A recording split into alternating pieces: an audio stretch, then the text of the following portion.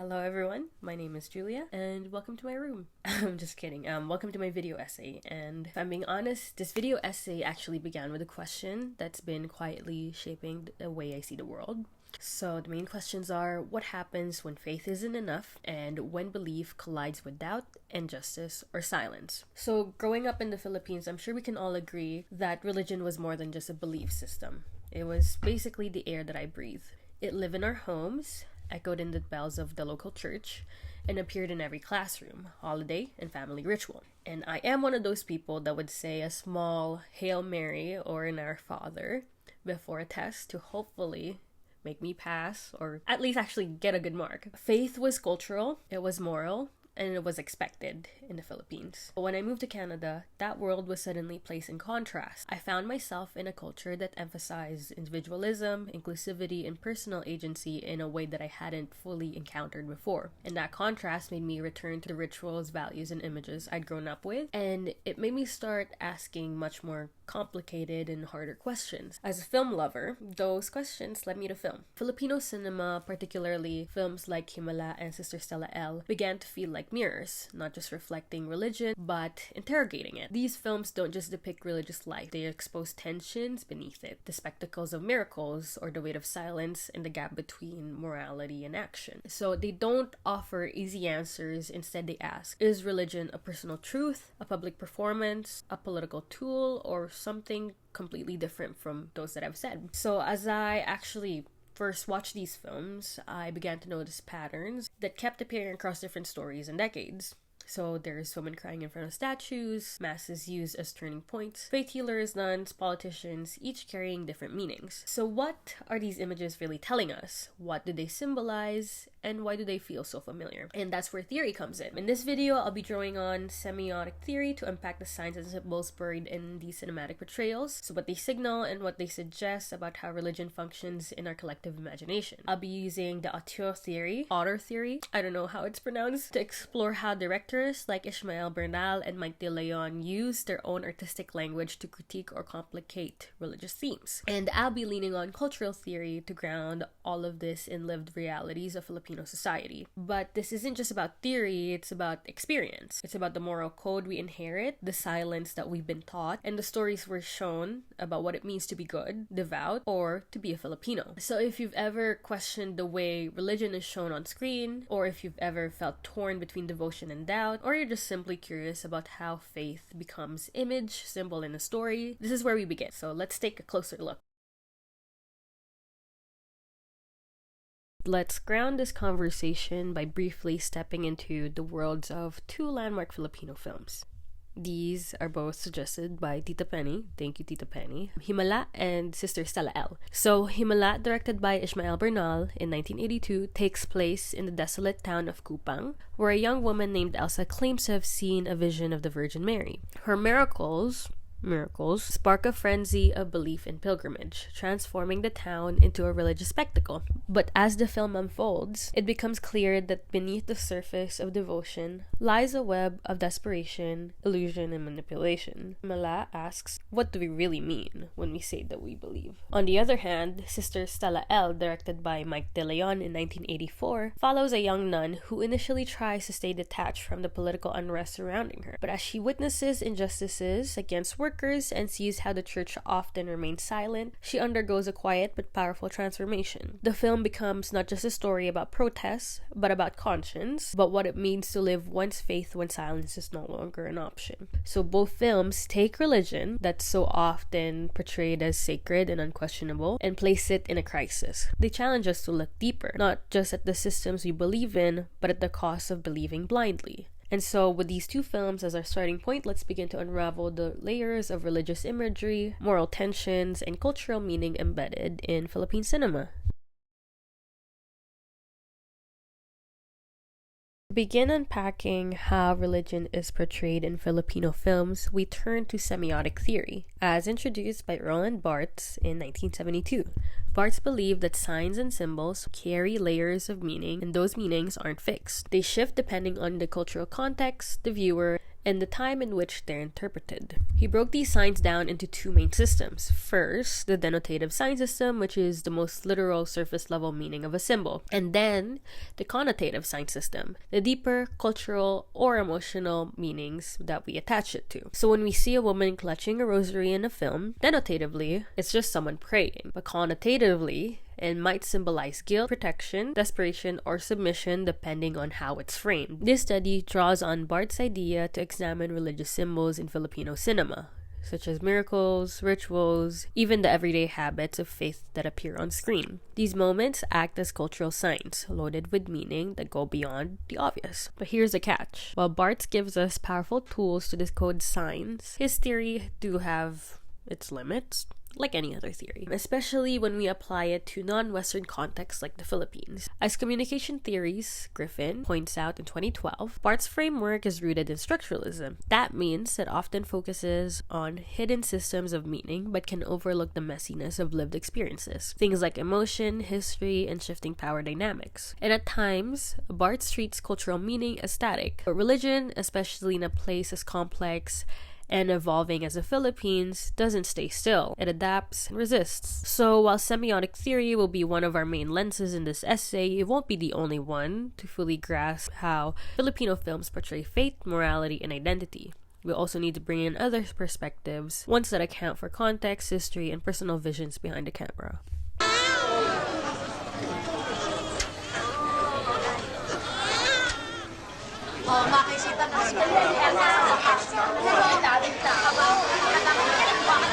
The previous scene is from Himala. It marks the beginning of Elsa, played by Nora Honor, and her public image. It also brings together several patterns that define how religion is often portrayed in Filipino cinema. First, let's talk about the recurring patterns in religious practice. Visually, this scene is rich with ritual. Candles flicker in the dusk, rosaries swing and clasp hands, and townspeople kneel or crawl in reverence. These actions are familiar, images that are deeply embedded in Filipino religious imagination. They also echo real-life Catholic devotion, particularly during pahalik, penitensya, or fiestas. But in the world of Himala, these practices are subtly heightened, framed by Bernal and wide, still shots that almost feel clinical, even theatrical. Through the lens of semiotic theory, these rituals aren't just devotional acts. They're signs, and they're symbols of faith, yes, but also social conformity. They show collective desperation and the desire for something or anything to believe in, especially with the context of the movie. This scene brings us to stereotypical depictions of religiosity. The characters who surround Elsa are ones we've seen before. The poor, devout elderly woman, the sick child in the arms of a weeping mother, the desperate man promising to change his ways. They function almost like stock figures of Filipino faith. They are icons of suffering and unquestioning belief. And yet they're never really ridiculed in the movie. Bernal doesn't mock their faith, but he does invite us to look at it closely. These characters reflect the way religiosity is often coded in film, as passive, emotional, and feminine. Their belief is powerful, but it's also vulnerable to manipulation. In this moment, the crowd isn't just showing devotion. They're projecting their hope, their pain, and their need for salvation onto Elsa.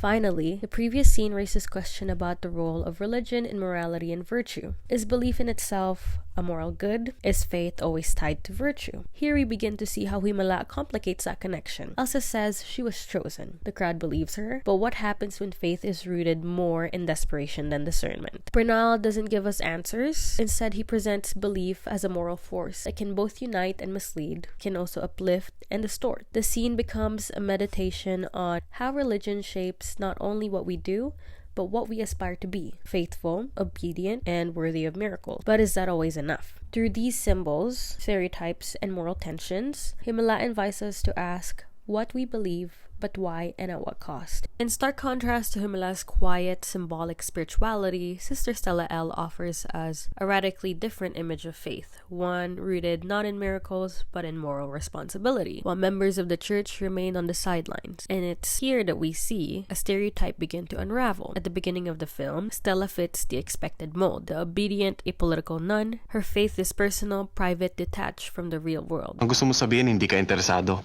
Wala akong sinabing ganyan. Oh, interesado ka pala. Kung ganun, ano opinion mo? Bakit ba pinagpipilitan mo ang tanong na yan? Para makuha ko yung opinion ng mga uninvolved. Dahil sa palagay ko, Uninvolved naman yung nasa majority, di ba?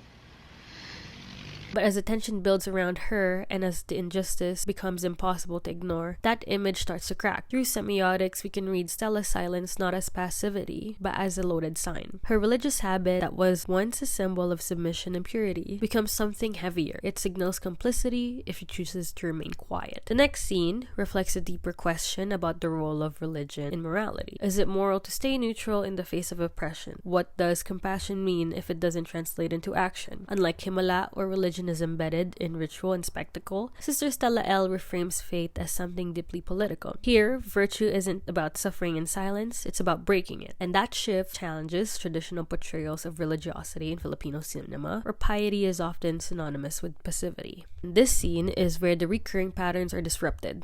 Instead of kneeling or praying for divine intervention, Stella and the people around her begin to demand justice themselves. The sign of the cross becomes less about salvation and more about solidarity. And through that shift, the film invites us to reimagine what faith can look like. Not as blind obedience, but as courageous defiance. Not as waiting for a miracle, but as becoming the miracle ourselves. Through Himala and Sister Stella L, we see two radically different visions of faith on screen, each rich with symbolism yet grounded in distinct cultural and moral questions. In Himala, belief becomes a spectacle rooted in ritual, shaped by desperation and built on silence. It reflects recurring patterns of religious practice in Filipino cinema, where faith is visual, emotional, and often unquestioned. But behind these familiar symbols lies a deeper critique, one that questions the cost of blind devotion and the fragility of belief when it becomes myth. In contrast, Sister Stella L challenges the passive stereotype of religiosity. It pushes beyond ritual and into resistance. Here, faith is not a refuge from injustice.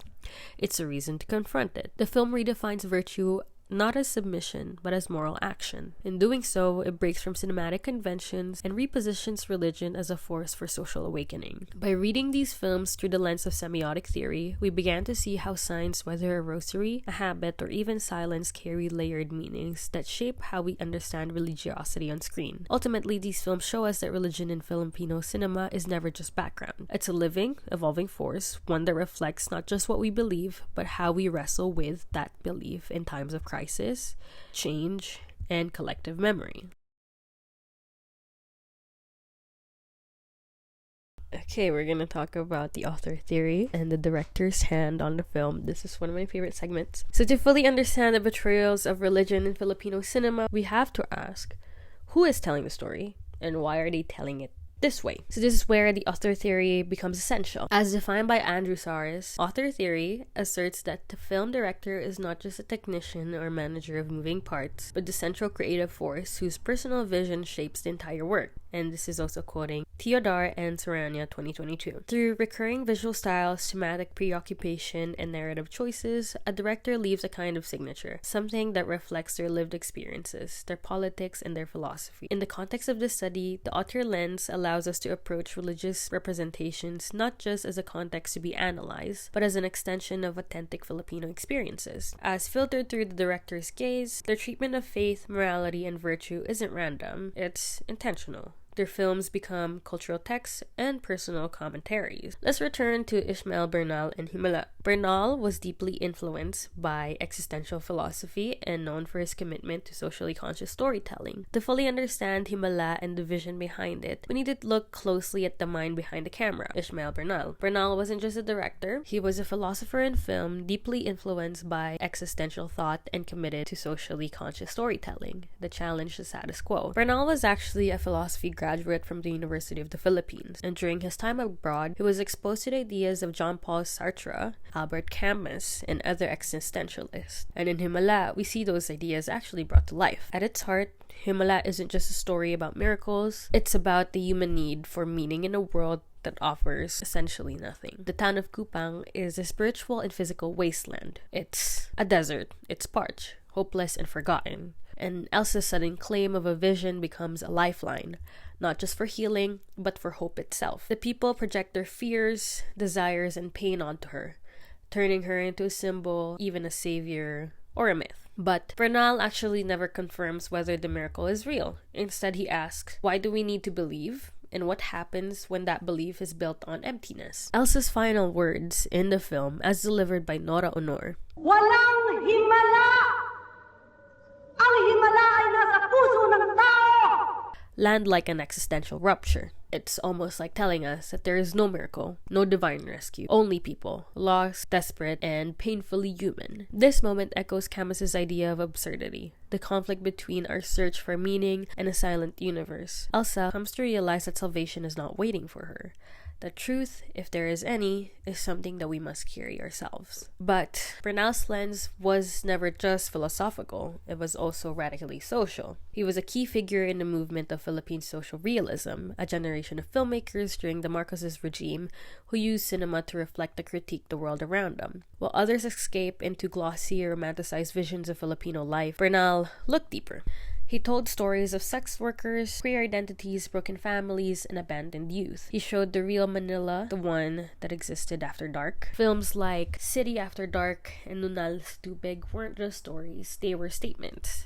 They forced viewers to confront the systems, economic, religious, political, that shape suffering. Bernal believed in moral power of film. Not to preach, but to provoke. He uses camera like a scalpel, cutting open the illusions we cling to, exposing the quiet despair beneath the rituals and asking us, what now? What will you choose to believe? In this way, Bernal's Himala is more than a film about religion. It's a meditation of faith, myth, and the human costs of waiting for miracles. It invites us to look inward and outward, to ask not whether there is a miracle, but whether we're willing to stop waiting and start becoming what we need. Now moving to the stylistic choices, in Himala, Bernal's choices are deliberate and austere. The dry, colorless landscape of Kupang is not just a setting, it's a metaphor. A barren place where hope is scarce and truth is elusive. His restrained camera work, absence of score, and frequent long takes all create a sense of distance, an emotional detachment that encourages reflection rather than immersion.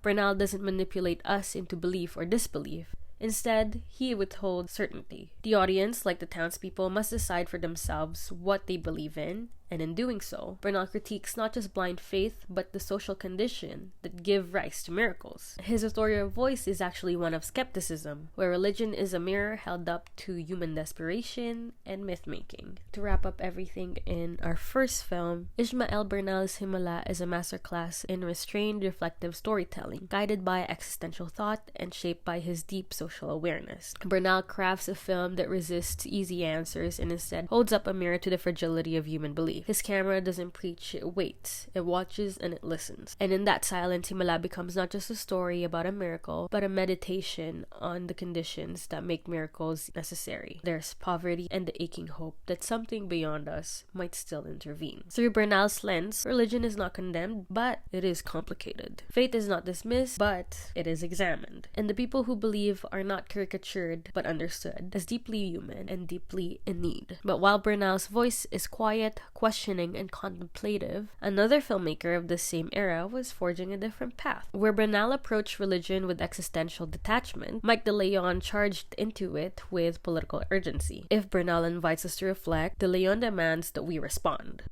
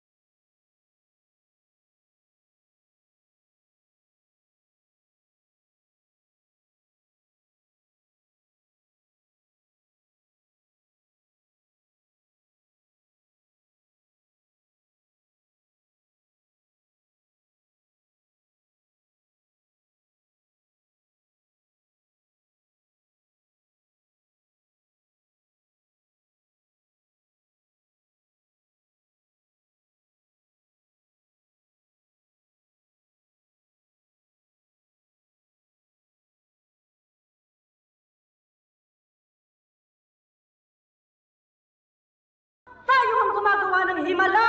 Tayo ang gumagawa ng mga sumpa ng mga Diyos!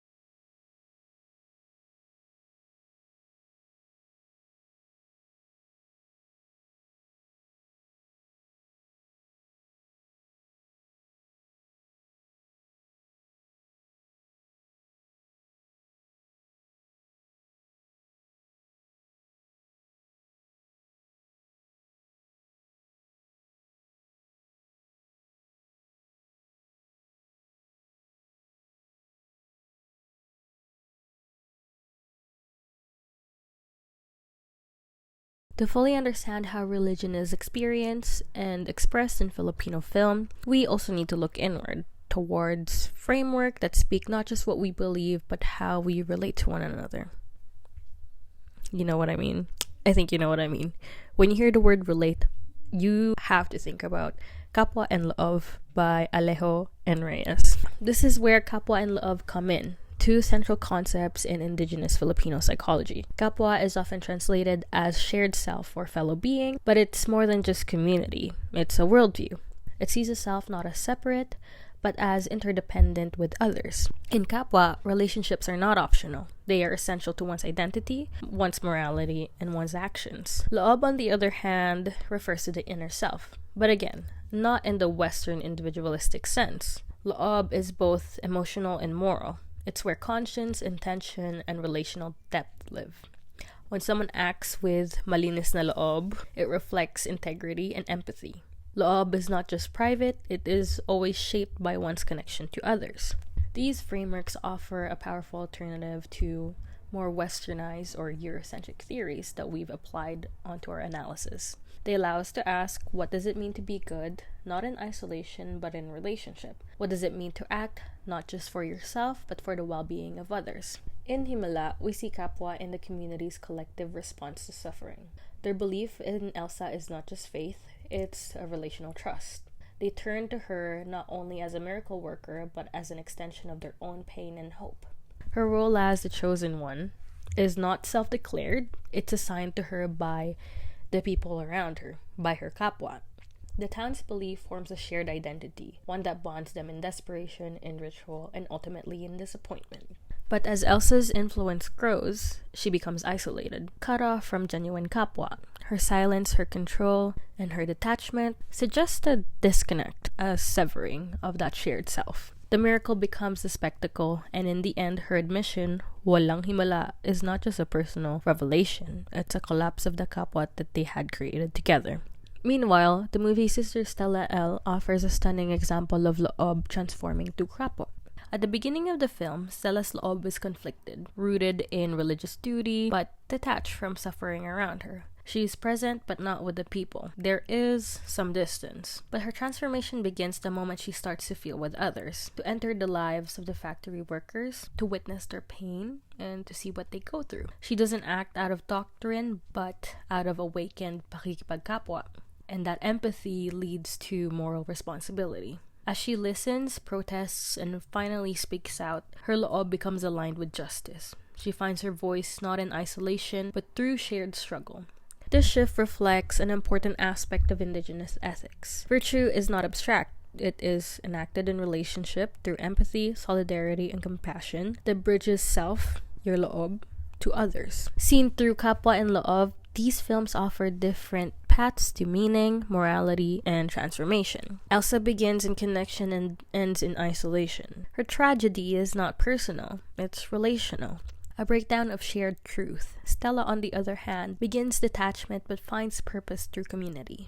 Her awakening is not spiritual, it's relational and ethical. Her Loob becomes clean, not because she obeys, but because she chooses to stand with others. The reason why I chose to integrate Kapwa and Loob in our analysis of the two films is because it gives us something that no Western theory can. And it's a framework that speaks from within Filipino existence. One that sees faith not just a belief, but as a relationship. Not just as a ritual, but as a shared responsibility. And not just as silence, but as a courage to act with others and for others. And using this lens, the study, or my project, my analysis, doesn't just analyze films, it listens to them, especially coming from the Filipino culture. And in their characters, their choices, and even in their contradictions and their flaws, we begin to recognize our own as Filipino people.